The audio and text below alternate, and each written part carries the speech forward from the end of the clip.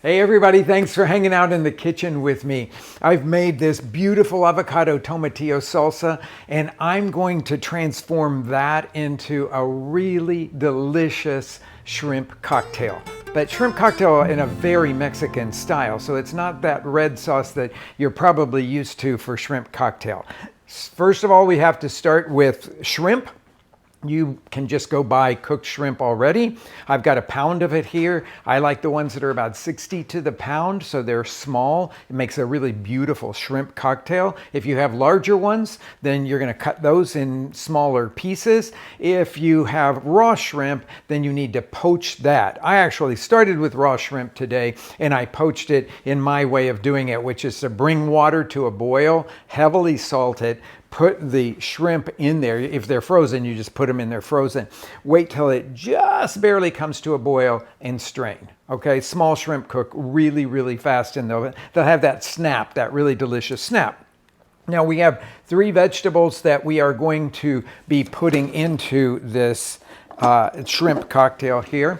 One is cucumber, and I like some cucumber skin, but not a lot of cucumber skin. So I'm just peeling off, I'll say about half of the cucumber skin. Then I'm going to cut that into small dice. You can take out the seeds in the middle or not, depending on what you like. I like them in there, so I leave them in there. Then we've got jicama.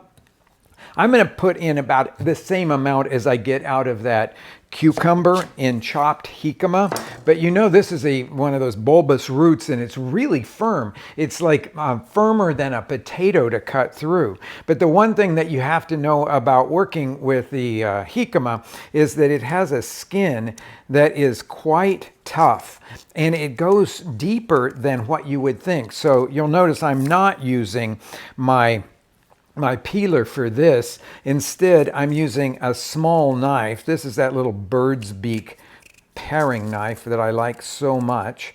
But if you just pull off the top here, you will be leaving, see how it peels off like that? You will be leaving a very fibrous layer underneath. That's why you have to peel jicama with a knife.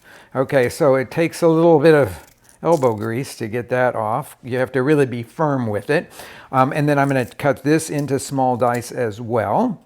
And then I have one more thing here, which is an avocado, which I'm going to dice.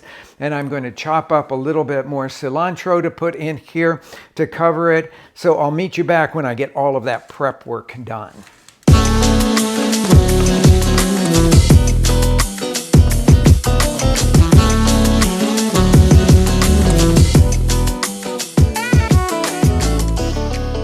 Then all of this avocado tomatillo salsa will go into the bowl.